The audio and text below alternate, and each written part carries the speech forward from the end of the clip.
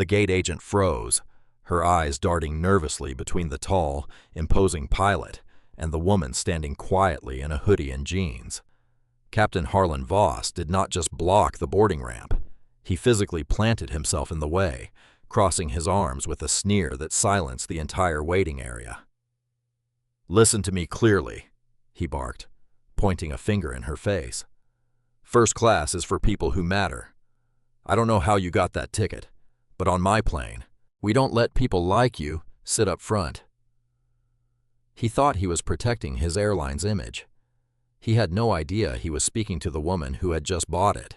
The fluorescent lights of JFK's Terminal 4 hummed with the manic energy of a busy afternoon. Outside the floor-to-ceiling windows, rain lashed against the glass, blurring the tails of the massive jets waiting on the tarmac. But inside, the air was thick with the smell of stale coffee, expensive perfume, and mounting anxiety. Celine Vaughn adjusted the strap of her battered leather weekender bag. It was an old bag, scuffed at the corners, the kind that spoke of utility rather than status. She wore a charcoal gray hoodie, slightly oversized, and a pair of comfortable denim jeans that had seen better days. To the casual observer, and there were hundreds of them rushing past her, she looked like a tired student heading home for the holidays, or perhaps a weary traveler moving alone. She certainly did not look like the owner of a 9-figure portfolio. Nor did she look like the newly appointed CEO of Horizon Air, the very airline whose logo was currently displayed on the massive LCD screens above the gate. Celine took a deep breath. This was her first week. The board had approved her appointment in a closed-door meeting only days earlier. The press release was not scheduled to drop until the following week. She had specifically requested this delay. She wanted one quiet stretch of time, just one, to fly her new airline as a ghost. She wanted to see the cracks in the foundation before the employees started polishing the floors for the boss. She checked her boarding pass on her phone. Seat 1A, first class. She had purchased it under her maiden name to avoid flagging the system. "Priority boarding for first class and Diamond Medallion members is now beginning," the gate agent announced, her voice cracking slightly over the intercom.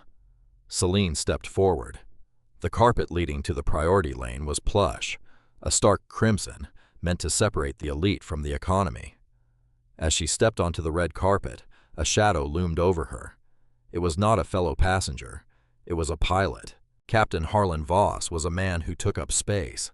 He stood well over 6 feet, his uniform pressed to military precision, the 4 gold stripes on his epaulets gleaming under the terminal lights.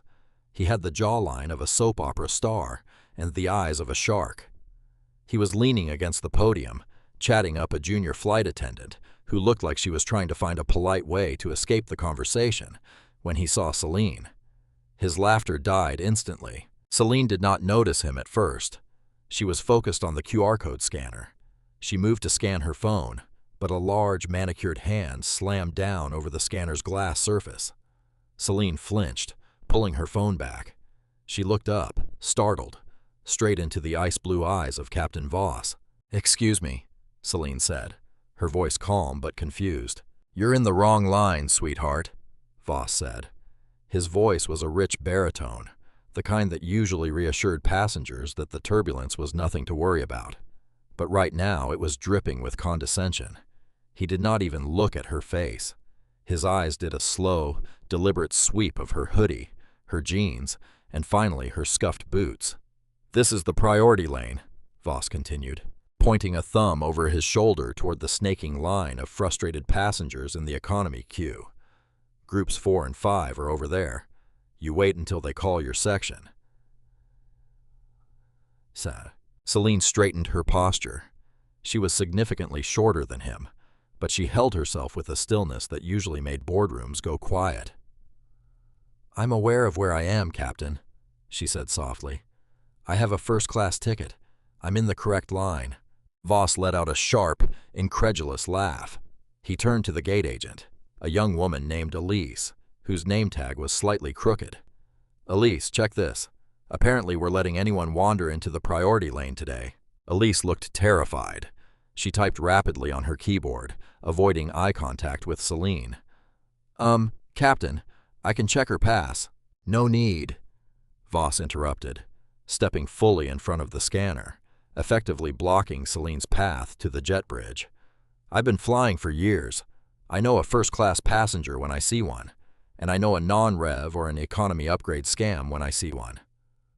He leaned in closer to Celine, invading her personal space. The smell of strong mints and stale tobacco clung to him. "Let me guess, you found a screenshot of a boarding pass online. Or maybe you're related to a baggage handler and think that gets you the red carpet treatment." "I bought my ticket," Celine said, her voice hardening. "Just like everyone else. Now please remove your hand from the scanner so I can board. You are holding up the line." Behind Celine, a businessman in a tailored suit cleared his throat loudly, checking his watch. The tension in the air spiked. People were watching. Phones were starting to come out of pockets. Voss did not move. If anything, he seemed to feed off the audience. He crossed his arms. "I'm the captain of this aircraft. That means I'm the final authority on who gets on and who doesn't. And I'm telling you, you aren't getting on my plane looking like that." "Looking like what?" Celine asked. The question hung in the air, heavy and dangerous. Voss smirked. "Like you don't belong here." The terminal went quiet. The ambient noise of rolling suitcases and distant announcements seemed to fade away, leaving only the sharp electric tension between the captain and the woman in the hoodie. Celine felt a familiar heat rising in her chest. Not anger exactly, but a focused, burning disappointment. She had read the reports. Horizon Air had a diversity problem. They had a customer service problem. But reading about it in a spreadsheet was one thing. Having a man with gold stripes block her path because of her skin color, and her clothes was a visceral reality she had not prepared for today. "Captain Voss, is it?" Celine read his name tag, her eyes narrowing. "You are making a mistake. A very expensive mistake." Voss's face turned a shade of red that clashed with the crimson carpet. He was not used to being challenged, certainly not by women dressed like Celine. He was the king of the cockpit, a man who had spent years having his coffee stirred for him, and his jokes laughed at by subordinates who feared for their schedules. "Is that a threat?"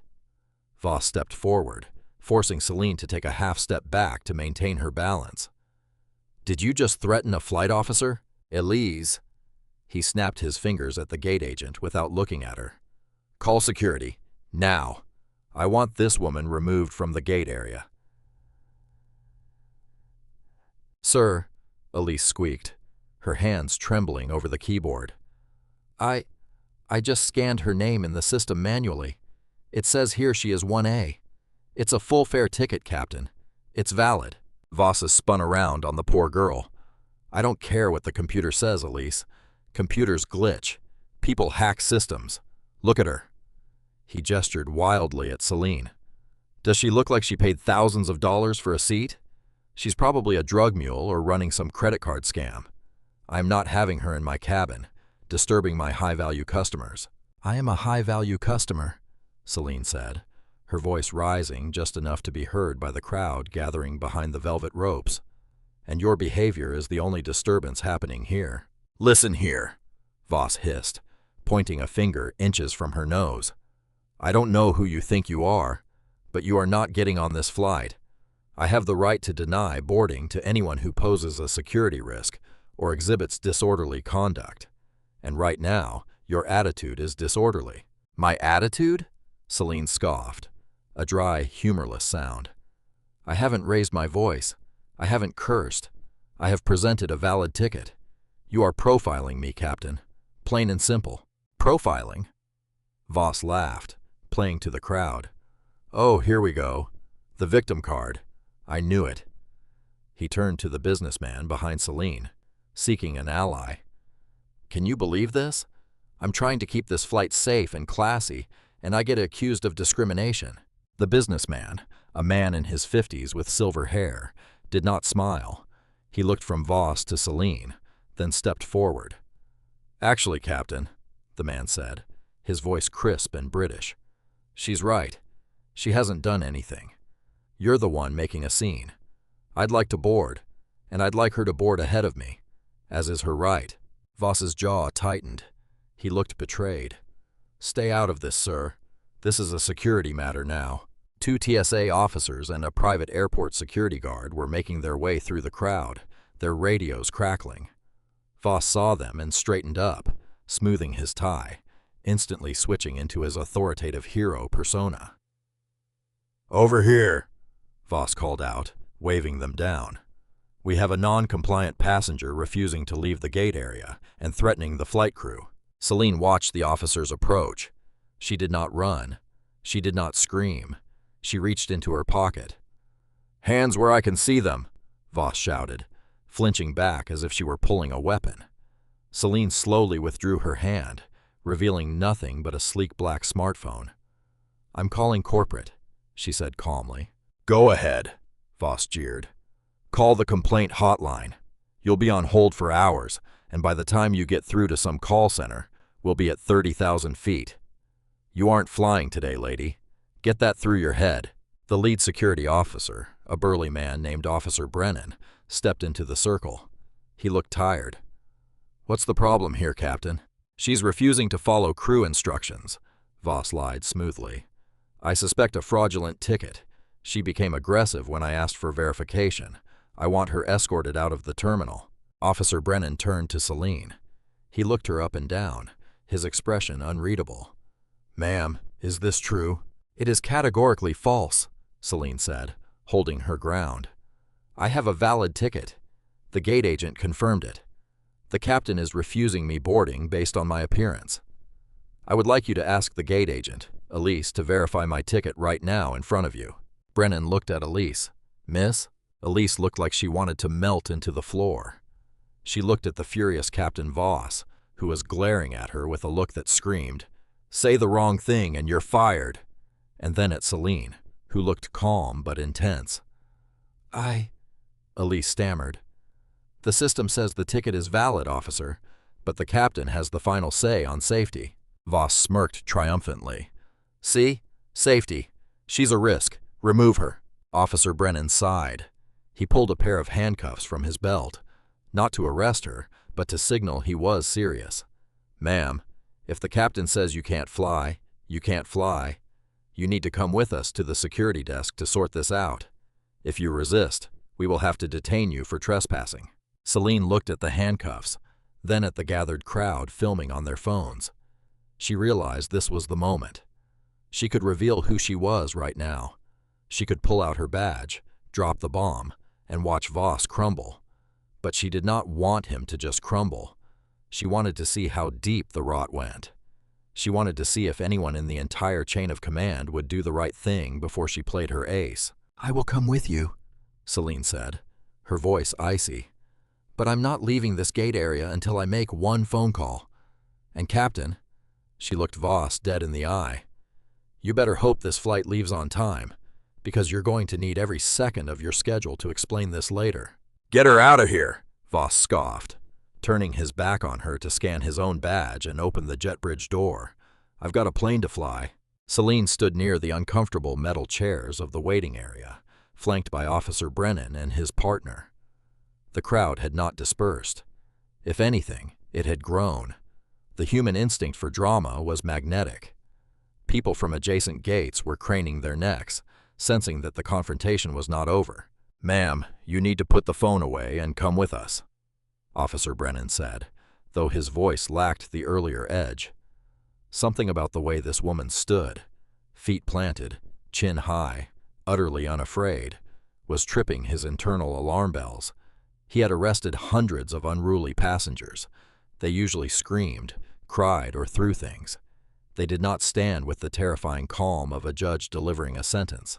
"I am not resisting, officer," Celine said, her thumb hovering over a contact on her screen labeled Callum, VP Ops. "But as a ticket-holding passenger who has been accused of a crime, I am exercising my right to contact my attorney, or in this case, the person who can clear this up in moments." "You have a short window," Brennan grunted, checking his watch. "Then we walk." Celine tapped the screen. She put the phone to her ear, turning her back slightly to the gate where the last few passengers were boarding. The jet bridge door was still open. a gaping mouth swallowing the people Captain Voss deemed worthy. The phone rang twice. "This is Callum," a clipped, efficient voice answered. Callum Drake, the vice president of operations for Horizon Air, was a man who lived on caffeine and stress. He was currently in Chicago, likely staring at a weather map. "Callum, it's Celine." There was a pause. The tone on the other end shifted instantly from busy executive to deferential subordinate. "Celine, I wasn't expecting to hear from you until later. Is everything all right? Are you in the air?" "No, Callum, I am not in the air. I am currently standing at the gate at JFK being threatened with arrest for trespassing." "Excuse me?" Callum's voice dropped an octave. "Did you say arrest?" "I'm trying to board the flight to London," Celine continued, her voice level but carrying a razor-sharp edge. "The captain, Harlan Voss, physically blocked me from the scanner. He told me that people like me don't belong in first class. He has accused me of fraud and ordered security to remove me from the terminal." Silence stretched over the line. It was the heavy silence of a man realizing his career might end if he said the wrong thing. Celine could hear the background noise of the Chicago office. Phones ringing, faint chatter, all oblivious to the bomb she had just dropped. He refused you boarding? Does he know who you are?" "No," Celine said. "And I don't want him to know. Not yet. I want you to see exactly how he handles this when he thinks I'm just a nobody in a hoodie. Celine, I can have the station manager there quickly. I can have Voss pulled from the cockpit immediately. I'll fire him over the phone right now." "No," Celine commanded. "Do not fire him yet. If you pull him now, he'll claim he was just following protocol and I was being difficult. He'll become a martyr for safety. I want him to come out here and say it again. I want him to double down. I want there to be absolutely no ambiguity about why I was denied this seat." She glanced at Elise, the gate agent, who was currently staring at her computer screen with a look of pure misery. "Here is what you are going to do, Callum," Celine said. "Call the tower. Call the gate. Put a ground hold on the flight. Do not let that plane push back. Tell the gate agent that there is a load discrepancy that must be resolved by the captain personally. Force Voss to come back up the jet bridge." "Celine, that will delay the flight. It costs thousands of dollars a minute." "I own the airline, Callum." She cut him off. "I'll pay the fine. Just freeze the plane." "Done," Callum said, the sound of keyboard typing furious in the background. "I'm calling the JFK station manager, Preston Hale. He's on his way to you now. Celine, I'm so sorry." "Don't be sorry, Callum. Be watching." Celine hung up. She turned back to Officer Brennan. He reached for her arm. "Time's up, ma'am. Let's go." "Actually," Celine said, planting her feet, "we aren't going anywhere. You might want to wait for the call your dispatcher is about to get." Brennan frowned, confused. "What are you talking about?" Before he could answer, the radio on his shoulder crackled to life. "Dispatch to unit at the gate." "Go ahead, dispatch," Brennan said, eyeing Celine suspiciously. "Hold position.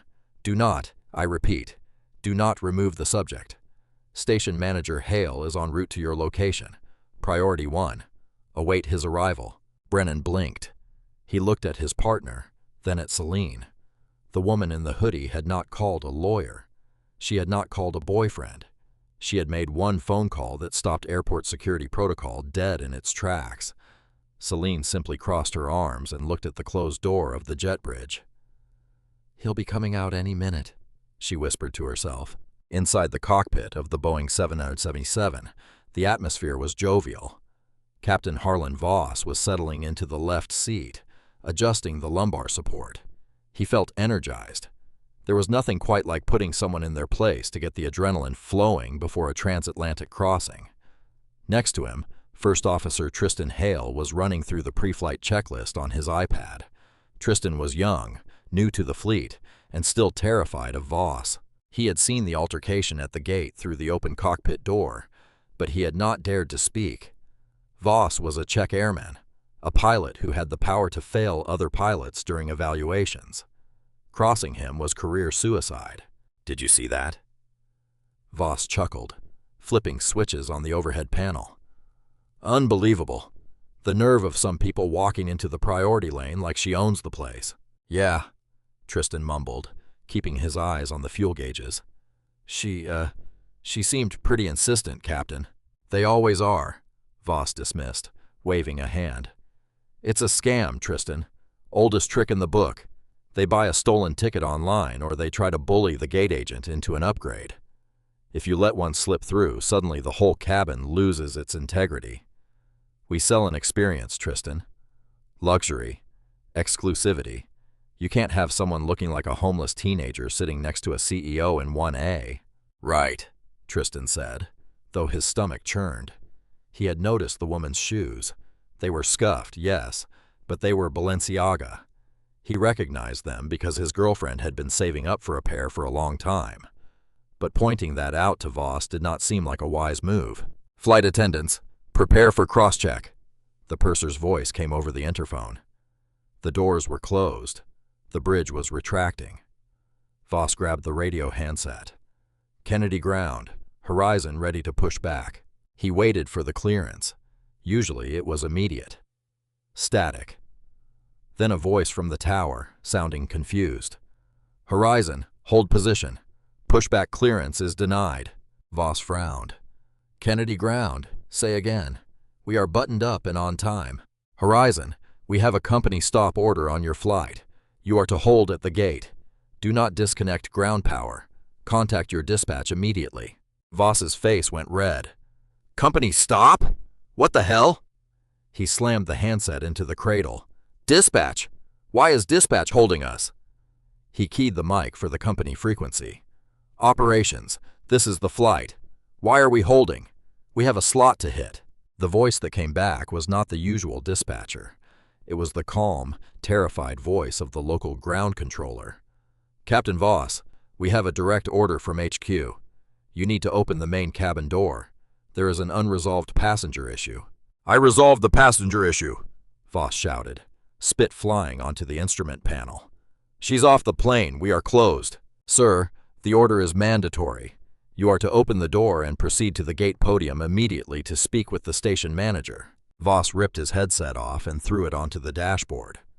Unbelievable. Incompetent bureaucrats. He unbuckled his harness aggressively. Tristan, keep the APU running. I'm going to go out there, scream at someone until their ears bleed, and then we are leaving.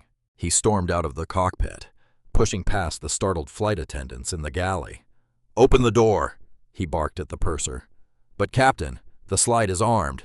Disarm it and open it now. The purser scrambled to comply. The heavy door groaned and swung open, revealing the jet bridge. Voss marched up the ramp, his footsteps heavy and angry. He was rehearsing his speech. He was going to file a grievance. He was going to have that gate agent fired. He was going to have that woman banned from the airline for life. He burst out of the jet bridge door and into the gate area. Who is responsible for this? Voss bellowed, his voice echoing off the glass walls. I have hundreds of people waiting to... He stopped. The scene before him was not what he expected. The woman, the one in the hoodie, was still there. She had not been dragged away in handcuffs. She was standing exactly where he had left her, looking at him with an expression of terrifying serenity. But what stopped Voss was the man running toward them. Preston Hale, the JFK station manager for Horizon Air, was a man Voss knew well. Preston was a stickler for rules, a man who usually bowed down to pilots. But right now Preston looked pale, sweating profusely in his cheap suit. And Preston was not looking at Voss. He was looking at the woman. Ms. Vaughn! Preston Hale gasped, skidding to a halt in front of Celine. He ignored the captain entirely. Ms. Vaughn, I got here as fast as I could. I am mortified. Truly. Voss blinked. Preston, what are you doing? Tell these security guards to remove this woman so I can fly my plane. Preston Hale spun around, and for the first time in years, he looked at Captain Voss with something other than respect. He looked at him with pity. Captain Voss, be quiet, Preston snapped. Voss recoiled as if slapped. Excuse me? I said be quiet, Preston hissed. He turned back to Celine, his hands shaking. Ms. Vaughn, please let me escort you to the lounge. We can sort this out. I can get you on the next flight. or I can upgrade you to a private charter." "No, Mr. Hale," Celine said. Her voice was not loud, but it carried the weight of a gavel. "I don't want a lounge. I want my seat. Seat 1A, the one I paid for." She turned her gaze slowly to Captain Voss. "But it seems the captain is confused about my eligibility to sit there." Voss looked from Preston to Celine. His brain was trying to connect the dots, but his ego was blocking the signal. "Vaughn," he muttered. "Who is—" Then it hit him. The memo. The company-wide email sent out days ago. New CEO appointed. Celine Vaughn, former VP of logistics at a major tech firm, a visionary leader. He had not read it. He had deleted it without opening it, just like he did with all corporate spam. But he had seen the thumbnail picture on the news in the crew lounge, a headshot of a woman with braided hair and a sharp blazer. He looked at the woman in the hoodie. The face was the same. The blood drained from Voss's face so fast it left him dizzy. His knees actually buckled slightly. "You," Voss whispered. "Me," Celine said. She took a step toward him. "I'm the non-rev. I'm the fraud. I'm the one who doesn't belong." She let the silence stretch, agonizing and brutal. The passengers watching were now recording everything. This was going viral before the plane even took off. "Tell me, Captain," Celine asked, tilting her head, "does the CEO of Horizon Air belong in first class, or do I need to go change into a suit so you can respect me?" Voss opened his mouth, but no sound came out. He looked at Officer Brennan, who was now smirking. He looked at Elise, the gate agent, who was covering a smile with her hand. He was alone. I didn't know," Voss stammered, his voice a dry rasp. "Ms. I was just following security protocols. You have to understand. We have to be vigilant." "Security protocols," Celine cut him off. "I wrote the security protocols for my previous company, Captain. Nowhere in the manual does it say to judge a passenger's net worth by their sweatshirt. You weren't profiling for safety. You were profiling for your own ego." She turned to Preston Hale. "Preston, is the flight ready?" "Yes, Ms. Vaughn, absolutely." "Good." Celine picked up her battered leather bag. She walked past Voss, close enough that he had to step aside or be run over. She stopped right at the scanner where this had all begun. She looked back at Voss. He looked like a man watching his house burn down. "Well, Captain," Celine said, "are you going to fly the plane? Or are you going to keep standing there explaining to the board of directors why you made the CEO late for her own inauguration?" The walk down the jet bridge was the longest journey of Celine Vaughn's life, not because of the distance, but because of the weight of the silence. She did not walk with a swagger. That was Voss's style. She walked with efficiency. She was a woman who knew that every minute of a delayed flight cost the airline significant money in fuel, crew time, and missed connections. She was not savoring the victory. She was calculating the damage. As she stepped onto the aircraft, the atmosphere shifted. The flight attendants, who had been peering out of the galley window, suddenly snapped to attention. They did not know exactly who she was yet. The news traveled fast, but not instantly. But they knew she was the woman who had just made Captain Voss look like a frightened child. That alone commanded a level of reverence usually reserved for royalty. "Welcome aboard, ma'am," the purser said. Her name tag read Lila. She was shaking slightly as she checked Celine's boarding pass. "Seat 1A to your left." "Thank you, Lila," Celine said, offering a warm, genuine smile that seemed to confuse the terrified flight attendant. "And please don't worry about the delay. We'll make up the time in the air." Celine moved to seat 1A. It was a suite, the flagship product of Horizon Air's international fleet. Sliding doors, lie-flat capability, and a large entertainment screen. She stowed her battered leather bag in the overhead bin herself, waving off a flight attendant who rushed to help. "I've got it," Celine said softly. "You have a full cabin to prep. Go ahead." She sat down. Across the aisle was the British businessman who had stood up for her. He was settling in, adjusting his cufflinks. He looked at her, his eyebrows raised in a mixture of curiosity and respect. "I must say," he said, leaning across the aisle, his voice lowered to a conspiratorial whisper. "I've been flying across the Atlantic for years. I've seen drunks, I've seen fights, and I've seen celebrities throw tantrums. But I have never seen anyone dismantle a captain with a single sentence like that. CEO? That was a bluff, surely." Celine buckled her seatbelt. She looked at the man. He was wearing a bespoke suit, likely Savile Row. He looked like old money. "It wasn't a bluff, Mr. Ashcroft." "Sterling Ashcroft." He extended a hand. "Celine Vaughn." She shook it. "And no, Sterling, it wasn't a bluff. I took over the company recently." Sterling's eyes widened. He let out a low whistle. "Well then, remind me to sell my shares in British Airways and buy Horizon. If the new management handles the balance sheet the way you handle bullies, the stock is going to triple." The plane shuddered as the engine spooled up.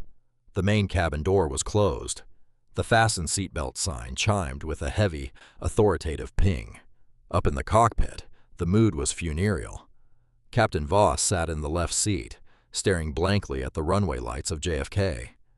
His hands were gripping the yoke so hard, his knuckles were white. He was on autopilot.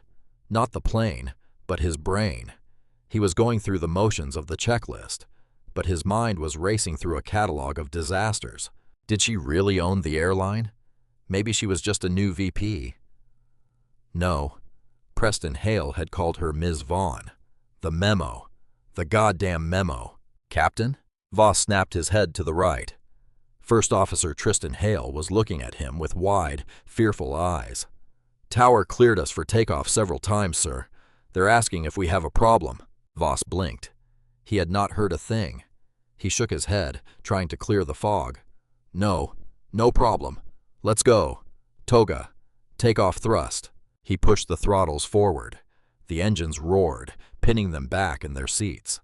The Boeing 777 lumbered down the runway, picking up speed. "V1, rotate." As the nose lifted and the ground fell away, Voss felt a sick sensation in his gut that had nothing to do with gravity. He was flying the plane, yes, but for the first time in years, he was not in control. He had the boss sitting 20 feet behind him, and he had just treated her like a criminal. He needed a plan. He had hours to London. That was hours to save his career. Sometime into the flight, the cabin was dark. Most passengers in first class were asleep or watching movies. The dinner service had been cleared away. Celine was awake. She had her laptop open, the blue light illuminating her face. She was not watching a movie. She was reading the in-flight service reports from the last several months. She was cross-referencing them with crew schedules. She noticed a pattern. Whenever Captain Voss was flying, the crew satisfaction scores plummeted. Complaints about hostile work environment and lack of cockpit communication were buried in the HR files, marked as resolved, personality conflict. Voss was not just a racist gatekeeper. He was a toxic manager who had been protected by an old boys club culture for years. Celine closed her laptop and stretched. She needed to use the restroom. She stood up and walked towards the front galley. As she pulled the curtain aside, she found Lila, the purser, sitting on a jump seat, her head in her hands. She was crying quietly, so as not to wake the passengers, but her shoulders were shaking. Another flight attendant, a young man named Reed, was awkwardly patting her shoulder. Celine stopped. "Lila?" Leela jumped up, wiping her eyes frantically. "Ms. Vaughn, I'm so sorry. I didn't see you coming. Is there something I can get you? A water? Some tea?" "Sit down," Celine said gently. She did not use her CEO voice. She used the voice of a woman who had raised younger siblings. "What's wrong?" Lila looked at Reed, then at the floor. "It's nothing, ma'am. Just a long day." "It's not nothing," Celine said. She leaned against the galley counter. "I'm not here to reprimand you. I'm here to listen. Why were you crying?" Reed spoke up, his voice tight with anger. "It's the captain, ma'am. He just called down on the interphone and—" "And?" Celine prompted. "He yelled at Lila because his coffee wasn't hot enough," Reed said, his fists clenching. "He told her she was useless and that if she didn't fix it, He'd write her up for insubordination. He said she was lucky to have a job given how slow she is. Celine's expression did not change, but the temperature in the galley seemed to drop. He said that over the interphone? Yes, ma'am. Everyone in the galley heard it. Celine nodded slowly. Lila, how long have you flown with Captain Voss? Years, off and on, Lila whispered. He's always like this. He screams at us if the turbulence is bad, as if we control the weather. He makes comments about our weight. He once made a rookie stewardess cry because she forgot his favorite brand of sparkling water. Why hasn't this been reported? Celine asked, though she already knew the answer. We report it, Reed insisted. I've filed multiple reports. They just disappear. He's a Czech airman. He's friends with the chief pilot. If you go against Voss, you get put on the worst rotations. You get red eyes for months straight. It's not worth it. Celine looked at the coffee pot. It was brewing. Is that his fresh pot? She asked. Yes, ma'am, Lila sniffled. I was just about to take it up. Don't bother, Celine said. She reached for the pot. I'll take it. Lila's eyes widened in horror. Oh no, Ms. Vaughn. You can't. You're the CEO. You can't serve coffee. And he's in a foul mood. I don't want him to be rude to you again. He won't be rude to me, Celine said, pouring the steaming black liquid into a ceramic mug. She placed the mug on a silver tray. She added a single packet of sugar and a napkin, because he knows I hold the pen that signs his pension checks. She picked up the tray. Open the cockpit door, please, Reed. Reed hesitated, then punched the code into the keypad. The heavy, reinforced door buzzed. Celine stepped into the small vestibule between the galley and the flight deck. She knocked on the inner door. Come in, Voss's voice barked from inside. And this better be hot this time, or so help me God. Celine opened the door. The cockpit was dark, lit only by the mesmerizing array of screens and dials. Voss was turned halfway around in his seat, ready to berate the flight attendant. When he saw Celine standing there holding a silver tray, his mouth fell open. He looked like he had seen a ghost. Ms. Vaughn, your coffee, Captain, Celine said calmly. She stepped into the flight deck. The space was cramped. She placed the tray on the center console with delicate precision. I didn't expect, Voss stammered. He looked at Tristan, the first officer, who was staring at his instruments, desperately pretending he was not there. You didn't expect the CEO to bring you coffee? Celine asked. She stood in the center of the cockpit, leaning slightly against the jump seat. At my previous company, I used to work the warehouse floor once a month during the holiday rush. I believe you can't lead people if you don't know what they do, just like you can't command respect if you don't give it. Voss swallowed hard. He reached for the coffee, his hand trembling slightly. Ms. Vaughn, look. About earlier. The gate. I want to apologize. I was stressed.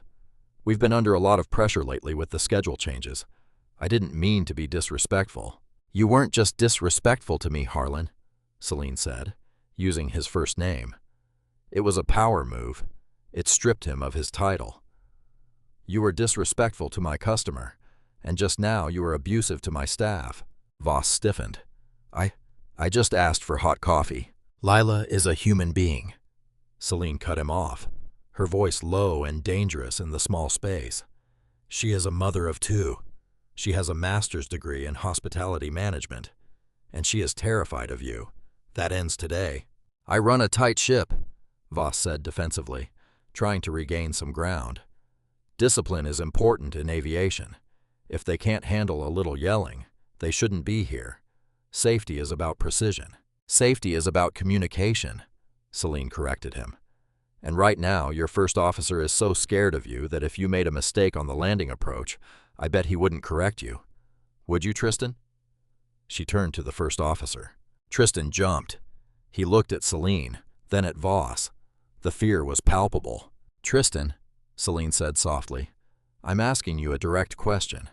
If Captain Voss came in too low on the glide slope, would you feel comfortable taking controls from him? Tristan opened his mouth, then closed it. He looked down at his lap. I would try to suggest. Exactly, Celine said. She turned back to Voss. That is a safety risk. You have created a cockpit culture where your ego is more important than the lives of the hundreds of people back there. That is not a tight ship, Harlan. That is a ticking time bomb." She straightened up. "Enjoy your coffee. It's the last one you'll be drinking in this seat." She turned to leave. "Wait," Voss called out, panic rising in his voice. You can't just threaten me like that. I have a union. I have rights. You can't fire me for following gate procedure." Celine paused at the door. She looked back, her face illuminated by the eerie green glow of the radar screen. "I'm not firing you for the gate procedure, Harlan, and I'm not firing you for the coffee." "Then what?" "You'll see when we land," she said. "Oh, and by the way, you might want to check the weather in London. It looks like a storm is brewing." She closed the door, leaving Voss alone with his coffee and a first officer who would not look him in the eye. The rest of the flight was a blur for Captain Voss. He could not focus. He kept checking the flight management computer, recalculating the arrival time. He wanted this flight to last forever because he knew that the moment the wheels touched the tarmac, his reality was going to shatter. He tried to engage Tristan in conversation to build an alliance. She's crazy, right? Power trip.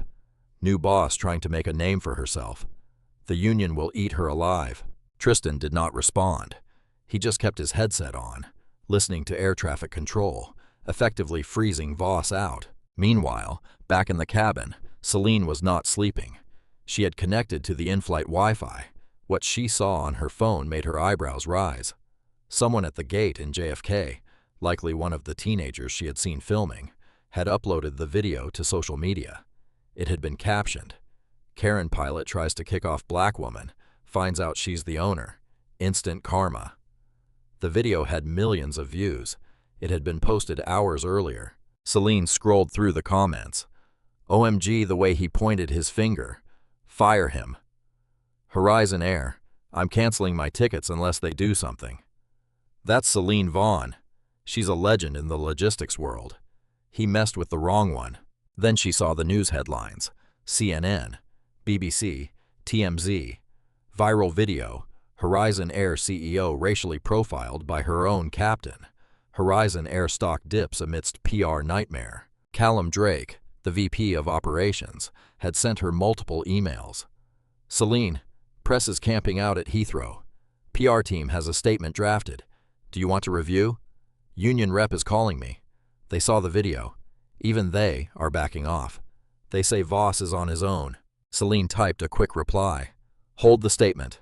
I will address the press personally upon arrival. Ensure airport security is ready to escort the captain, not to protect him from the press, but to ensure he doesn't try to hide." She put her phone down and looked out the window. The sun was rising over the horizon, painting the clouds in hues of violet and gold. It was a beautiful day for a reckoning. "Ladies and gentlemen," Voss's voice crackled over the PA system. It sounded strained, higher pitched than usual. "We are beginning our initial descent into London Heathrow. Weather is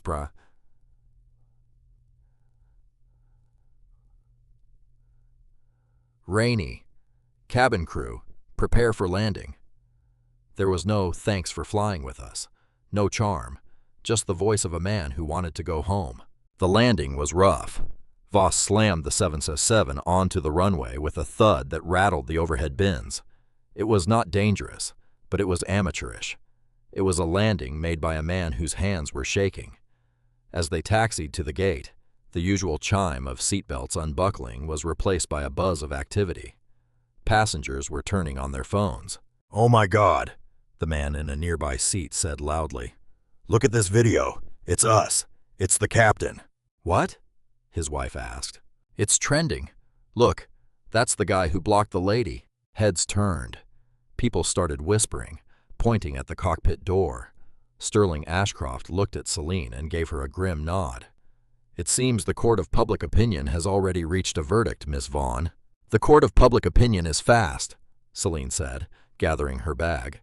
"But I prefer due process, and he's about to get it." The plane pulled into the gate. The engine spooled down. The seatbelt sign turned off. Celine stood up. She did not wait for the bridge to connect. She walked to the front of the cabin, standing right by the cockpit door. She waited. The door opened. Voss stepped out, his hat pulled low, his flight bag over his shoulder. He looked like he was trying to sneak out before the passengers disembarked. He almost ran into Celine. "Going somewhere, Captain?"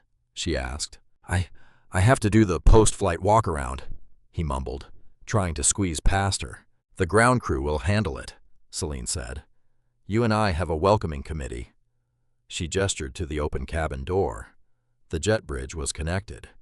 Standing at the end of the tunnel, visible through the glass doors of the terminal, was a sea of flashing cameras. Voss paled. "The press? For me? They want to know why the captain of a flagship carrier thinks he has the right to police the clothing of his passengers," Celine said. "And I think you should tell them." I can't go out there, Voss whispered, terror in his eyes. They'll destroy me. "You destroyed yourself, Harlan," Celine said. "I'm just turning on the lights." She turned to the passengers who were now filing out, watching the drama with wide eyes. "After you," she said to Voss. He did not move. He looked back at the cockpit, then at the emergency exit, as if considering popping the slide. "Captain Voss," Celine said, her voice sharp enough to cut glass. "Walk." He walked. It was a walk of shame that made the one at JFK look like a parade. As he stepped out of the jet bridge and into the terminal, the flashbulbs erupted like a thunderstorm. "Captain Voss, why did you block her? Is it true you used racial language? Captain, are you resigning?" Microphones were shoved in his face. He put his head down, shielding his eyes, pushing through the crowd. He looked small.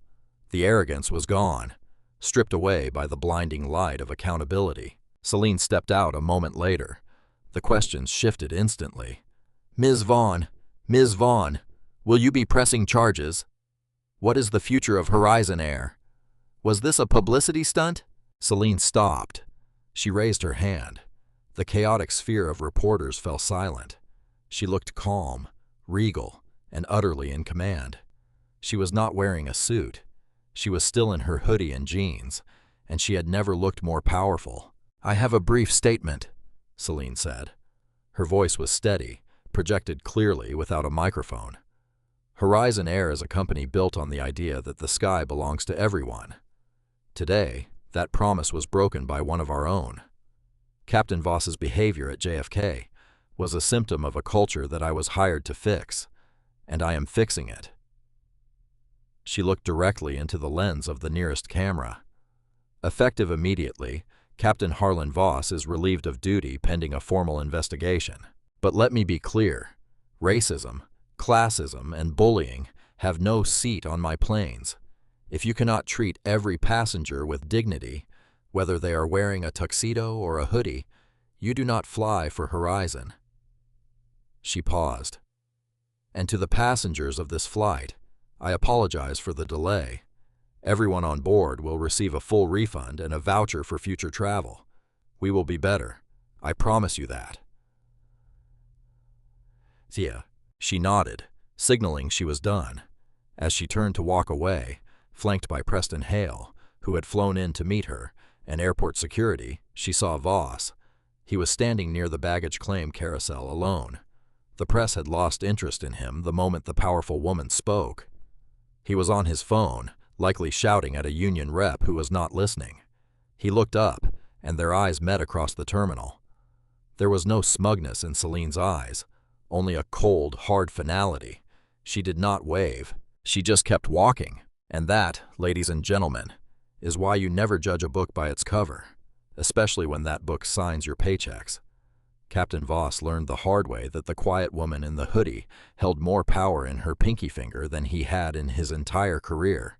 He was eventually fired for cause and lost his pension due to gross misconduct. Celine Vaughn went on to turn Horizon Air into the top-rated airline for customer service in the years that followed. If you enjoyed this story of instant karma and justice served, please smash that like button. It really helps the channel. Don't forget to subscribe and hit the bell so you never miss a story. What would you have done if you were Celine? Let me know in the comments below. See you in the next video.